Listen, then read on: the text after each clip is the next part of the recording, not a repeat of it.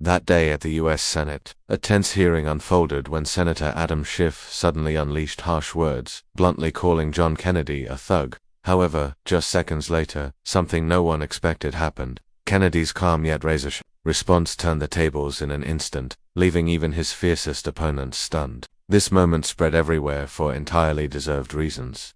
The Senate Judiciary Committee hearing was expected to be a routine oversight session. Senators filed into the room, reporters crowded the audience section, and cameras constantly panned. But that day, the atmosphere in the room was thick with tension, like the calm before an unseen storm. Senator John Kennedy, the Republican from Louisiana, sat upright at the table, pen in hand, his eyes glinting with a mischievous spark, ready to strike. Across from him was Adam Schiff, the seasoned Democratic politician from California, present as a witness to answer questions about turbulent times when he led the House Intelligence Committee. When the gavel struck to open the hearing, everything seemed set for the usual round of questioning. Kennedy asked about Schiff's role in the investigation into Russian election interference. But then the unexpected happened. Schiff leaned toward the microphone, his voice cold with a hint of disdain, and said, "Senator Kennedy, frankly, you don't deserve to be here. You're nothing but a thug disguised as a man in a suit, putting on a cheap circus act."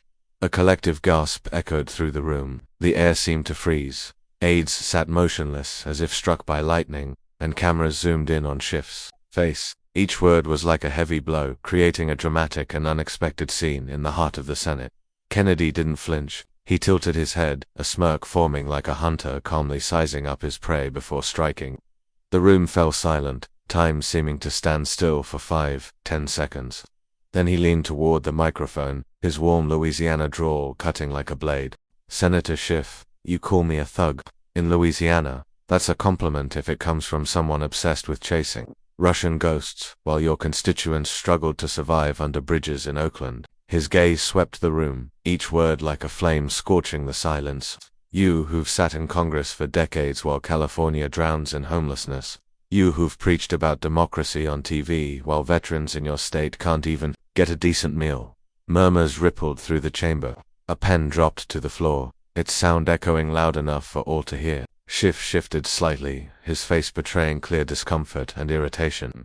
Kennedy lowered his voice, each word landing like an undeniable blow. "You have no right to call me a thug, not when you sit there preaching about justice while tens of thousands of Californians live in tents and Oakland's children grow up without a shred of hope." Schiff's face paled, attempting to interject, but the chair immediately raised a hand. "Let him continue." Kennedy placed a file on the table, opening it slowly as if unveiling the truth page by page.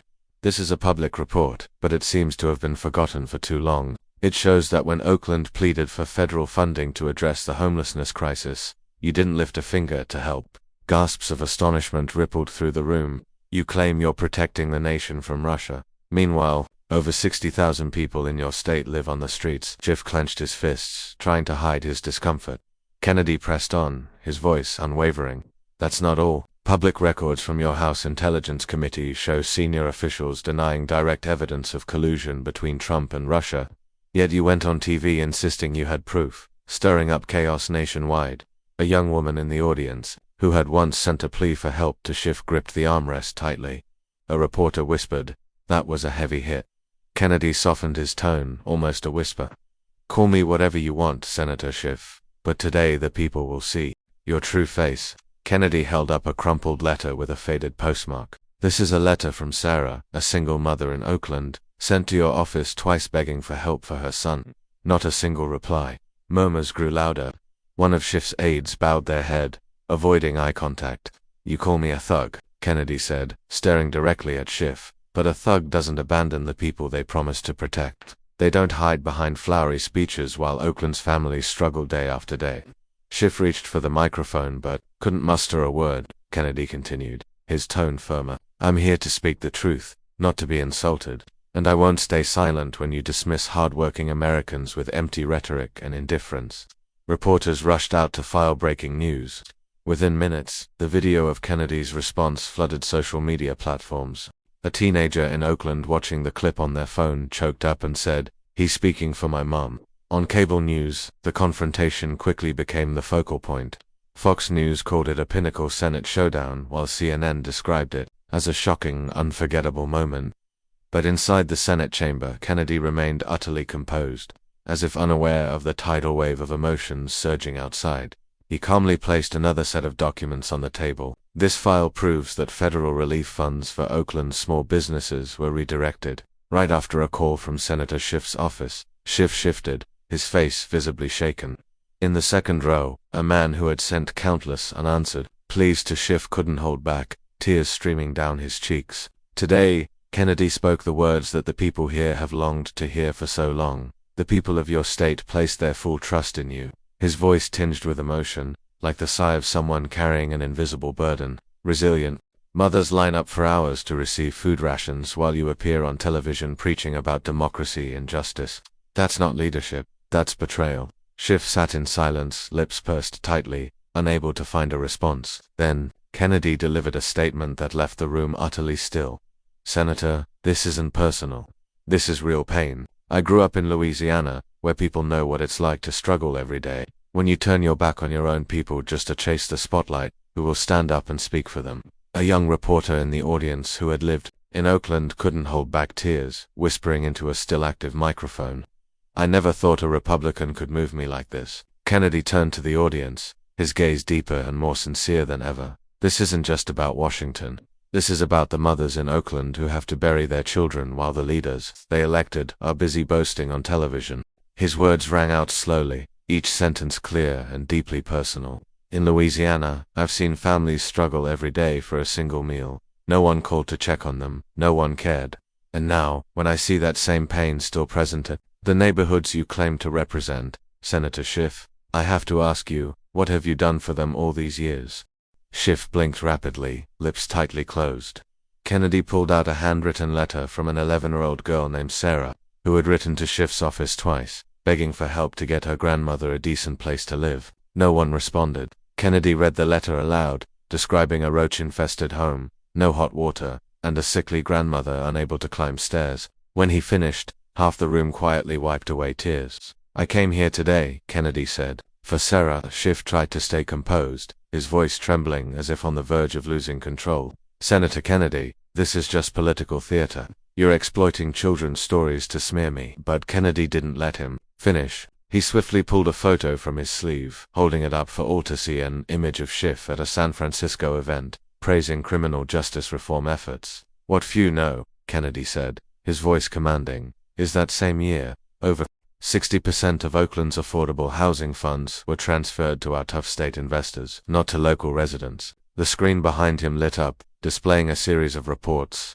emails, and statistics about California's homelessness crisis, all revealing Schiff's shocking indifference to the people he represented. A young aide of Schiff's, trembling, dropped a file and hurriedly rushed out.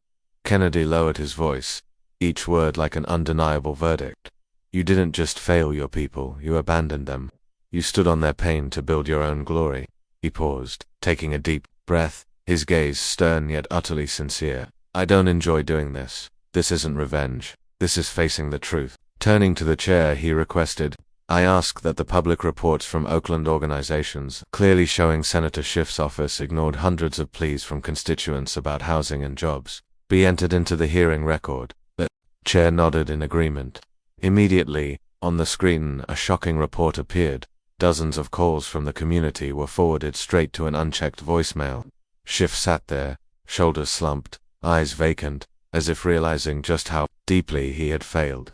Kennedy looked toward the audience. If this is the model of representation, then our people deserve better. Our country deserves better.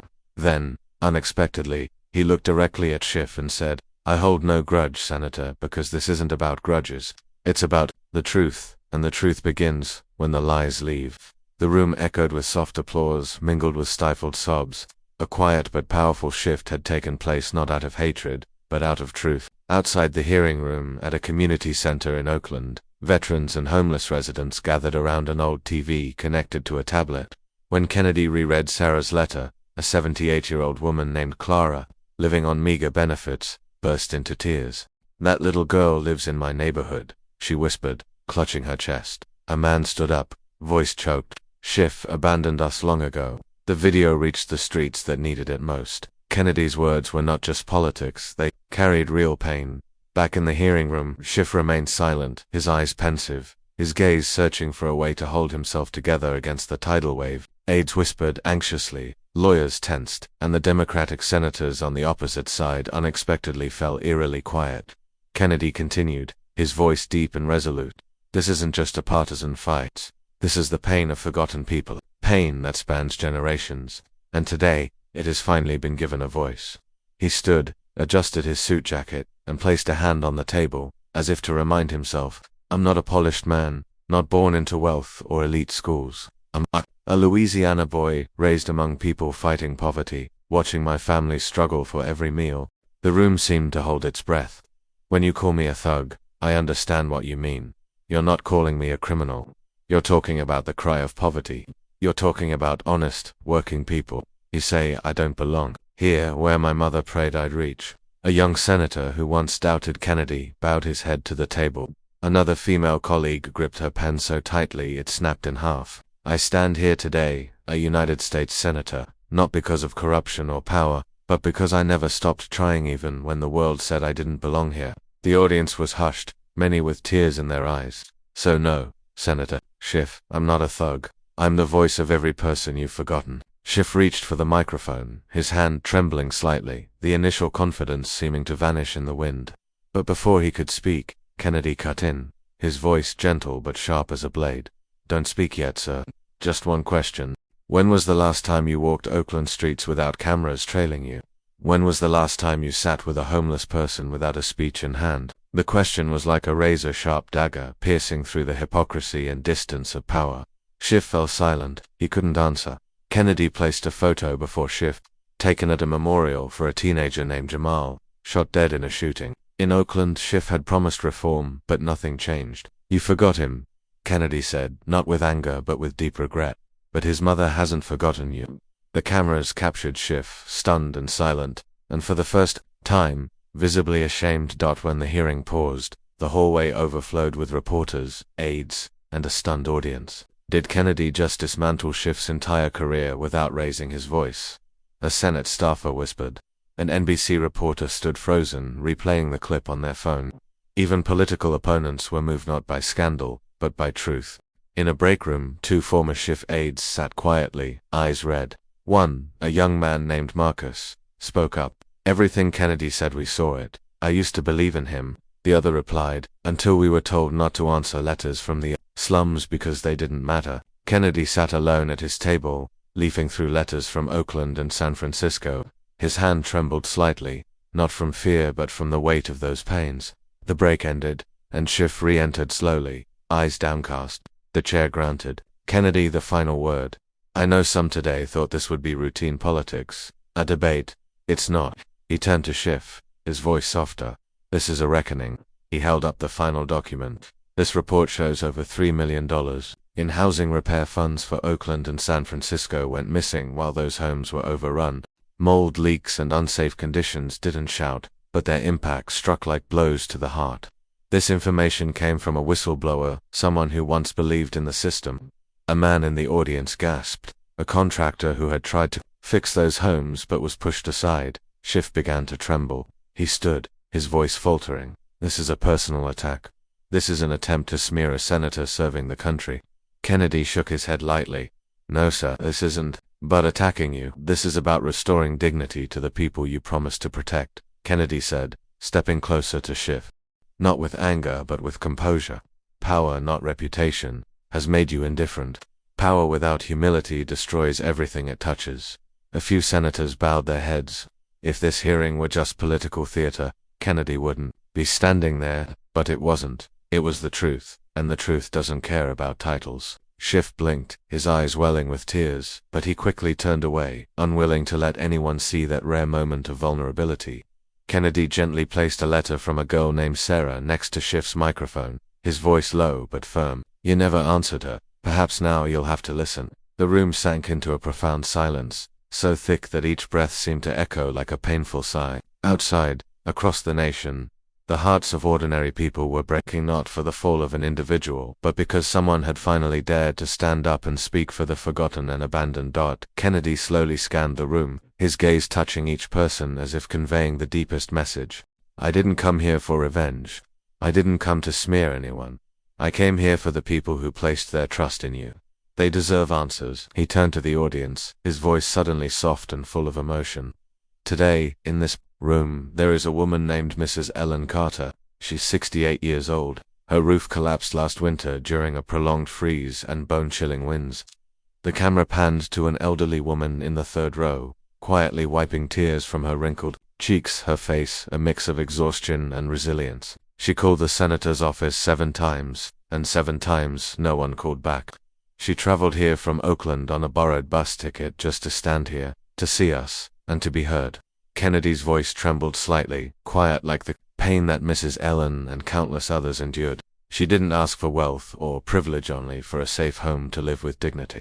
Things you promised when she voted for you. Schiff kept his head down, his gaze pensive, unable to meet anyone's eyes. Kennedy leaned forward one last time, opening a small black notebook, its worn pages filled with trembling handwritten notes full of heartfelt pleas. "This isn't evidence to attack anyone," he said, his voice low and hoarse, as if speaking to himself. "These are letters, messages, bitter cries from people who once trusted, and were ultimately abandoned." He raised the notebook high, his hands slightly trembling but his gaze resolute. "They trusted you, Senator Schiff. They believed in your promises, but in return, they got only cold silence, makeshift tent cities, and broken promises like early season rain." Schiff finally looked up, his face expressionless, as if every ounce of vitality had been drained from him. A reporter whispered, voice choked, "Say something, sir." But Schiff remained silent, and in that silence there was a wordless message more powerful than any defense or explanation. The room seemed to sink into an endless moment where politics and power suddenly felt small before the weight of truth in human hearts. The audience rose to their feet, applauding with a low but powerful resonance. Kennedy didn't smile. He whispered, "They matter, not me. They do." In decades, Schiff had controlled the narrative, but in a single morning, Kennedy handed it back to the people. The chair noted the time. "Senator Kennedy, you've made your point clearly. The hearing is nearing its close." Kennedy nodded, then looked at Schiff one last time. "I didn't come to destroy your career, sir. That was your choice. I just turned on the light." Schiff blinked rapidly, then lowered his head as Kennedy left the room. Reporters stood, maintaining a respectful silence. In the hallway, Mrs. Ellen Carter grasped his hand, whispering, "Thank you for seeing us." Kennedy, once mocked as a thug in a suit, stepped into history as a bearer of justice through truth, not anger.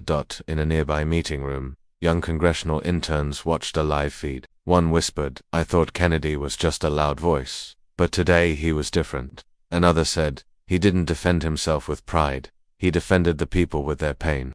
Clips of his speech flooded social media. Veterans in San Francisco, single mothers in Chicago, workers in Ohio all said, "He spoke for us." In Louisiana, a retired farmer murmured, "This man, he understands." On MSNBC, the clip hit 10 million views in under 2 hours. A veteran editor muttered, "There's never been a hearing like this." Fox ran the headline, "Senator John Kennedy exposes decades of silence with 1 day of truth." Even channels critical of Kennedy couldn't look away. On a talk show, a liberal host wiped their eyes, saying, "I don't agree with his views." But today he wasn't a politician. He was a voice for the broken. Kennedy stepped outside to meet the people, including Sarah, holding a crumpled photo of her grandmother. He knelt down, hugged her, and whispered, "You matter. I hear you." The image spread across the internet. Schiff's office was shrouded in silence, phones ringing incessantly, staff avoiding cameras. The damage was clear. That night, families across the United States rewatched the C-SPAN recording, not for politics but for the haunting human truth. An elderly man in Tennessee told his grandson, "He's no thug. He's a warrior not with fists, but with heart." In an Oakland church, a pastor quoted Kennedy, "Power without humility destroys everything it touches." Decades of Schiff's control crumbled under the weight of unassailable truth. Kennedy didn't celebrate. He returned to his room, opened a book, and sat quietly, knowing this wasn't about victory. It was about awakening people. Before leaving the Capitol, Kennedy paused, looking back at the now empty hearing room. Faint light filtered through the windows, reflecting on the bare table where the microphone still stood. He gently placed an envelope there, not legal documents or cold numbers, but a heartfelt letter he had scribbled during the break, filled with his most sincere and candid words. In that letter, Kennedy wrote, "You could have been a beacon in the darkness, a giant in politics, but you chose ease over sacrifice, fame over mission. It's not too late to start again with the truth. An aide witnessing this moment, eyes wide with respect, was speechless. The next morning, headlines blazed across every media screen. Moment that shook Washington. Kennedy confronts Schiff. With true thug or hero, Americans decide. In Oakland, San Francisco, and Richmond, the atmosphere was unlike any ordinary day. People gathered not to protest but to listen and share their own stories. Churches opened their doors. Community centers overflowed. A mother, hands trembling, played Kennedy's speech on her phone, tears streaming down. He didn't yell, didn't curse, he just spoke, and I felt every word as if it were my own heart speaking. Meanwhile, Senator Schiff's office remained eerily silent, with no statements or responses. In contrast, Kennedy's inbox overflowed with letters, stories brimming with pain and hope. By midday, it was clear this was no ordinary political moment. It was a profound shift in culture, in the souls of those long forgotten. On podcasts, teachers, students, and radio hosts quoted Kennedy with deep empathy. Power without humility destroys everything it touches. In a small classroom, in the heart of Oakland, a student whispered to a friend, "I wish my dad could have heard this." Kennedy's words were like a smoldering ember, igniting and awakening millions of weary hearts. President Trump addressed the nation. What Senator Kennedy did yesterday wasn't politics. It was action for the people. Schiff finally appeared before the cameras, his voice low. "I have no comment at this time," he said, pausing as he noticed a reporter holding Kennedy's letter. He bowed his head. The damage was clear, but the truth had entered and refused to leave. In Oakland, an emergency church meeting drew over 300 people. Laura, a former Schiff campaigner, held a photo of her son, killed in a shooting. "I begged him for funding to clean up the neighborhood. He said he'd take care of it. That was ages ago." Someone played Kennedy's words. "You chose ease over sacrifice, fame over mission." The room broke into tears, not for politics, but for years of broken promises. Schiff's office remained locked, offering no answers. Oakland's people spoke out not with violence but with stories. A sealed envelope reached the Oversight Committee, containing leaked documents, internal emails, hidden homelessness statistics, and a recording of an aide saying, "The people will vote for him anyway, just distract them." The recording aired. On television, the nation shuddered. Kennedy returned to the hearing room at the chair's invitation. The room was now deathly silent, all eyes fixed on him, and Schiff's chair remained empty. Kennedy looked directly at that void, his voice, gentle but resolute. "I've been called a thug, but the truth is, I've never abandoned anyone, never promised what I couldn't keep. I don't have decades of political experience like him, but I have the tears and voices of the forgotten," he whispered, his voice choked but steadfast. "And I won't let those tears fall in vain." The room fell utterly still. Then, one by one, people stood, no loud applause but a quiet understanding, a wordless yet immensely powerful strength. Democratic Senator Lisa Monroe from the opposite bench stood, with red eyes and a trembling voice. "I'm not here to praise Senator Kennedy or to polish anyone's politics. What he did transcends those calculations. This is real pain, the pain of millions of people we've sometimes forgotten while chasing power games. As a public servant, I too have forgotten that pain." Party lines seemed to dissolve in that moment. The hearing chair, voice heavy with emotion, said solemnly, "Today, we didn't witness a political victory. We witnessed a victory of conscience and morality." Within 24 hours, murals appeared across Louisiana streets, quoting Kennedy. "You may hold power, but we, the ones carrying pain, know that pain outlasts all politics." In Oakland, a group of teens painted that mural on a community center wall, a vivid reminder of the resilience of the forgotten. Investigative agencies began reviewing the documents Kennedy made public, uncovering undeniable accusations of governmental indifference. A former close aide of Schiff appeared on television, eyes admitting, "We stopped serving the people long ago. No one dared speak up until John Kennedy did." Social media erupted, spreading thousands of stories from Louisiana to California. For the first time, people felt their voices were heard. Kennedy couldn't save an entire community, but he saw them, and that alone was enough to spark hope, to make ordinary people feel their value and dignity again. That night, as the clamor subsided, Kennedy sat alone in a small room, a dim yellow light illuminating his pensive face. Before him was a small, unaddressed note in familiar handwriting. "I don't expect forgiveness, but now I understand. I'm sorry." Not in triumph but in a profound peace of the soul. the peace that comes from acknowledgement, and the courage to face the truth. He issued a final statement to the press. "I didn't come to Washington to argue. I came to speak the truth. If that truth brings hope even to one child, one elder, one broken family, it was worth it. I was called a thug, but I responded as a human. And sometimes, that's the greatest strength." The story of Senator John Kennedy confronting Adam Schiff in the Senate Judiciary Committee hearing reflects pressing issues in American society today: the disconnect between leaders and the people, the crisis of trust in politics, and the power of truth. Through Kennedy's exposure of Schiff's indifference to Oakland's homeless and unfulfilled promises to people like Sarah or Mrs. Ellen Carter, the story underscores that power without responsibility leads to community suffering. Sarah's letter, the dilapidated homes in Oakland, and Mrs. Carter's tears at the community center symbolize the forgotten, those abandoned by the political system. Kennedy, with his witty yet incisive style, not only challenged Schiff but also ignited hope by turning on the light to the truth. As he said, "Rather than seeking revenge, the lesson from this story for every American in real life is to dare to speak up and act for justice, even when facing power." Like Kennedy, we don't need grand titles to make change. A letter, a call, or a story shared on social media can awaken a community. Learn from Mrs. Ellen Carter, who overcame hardship to attend the hearing to be heard.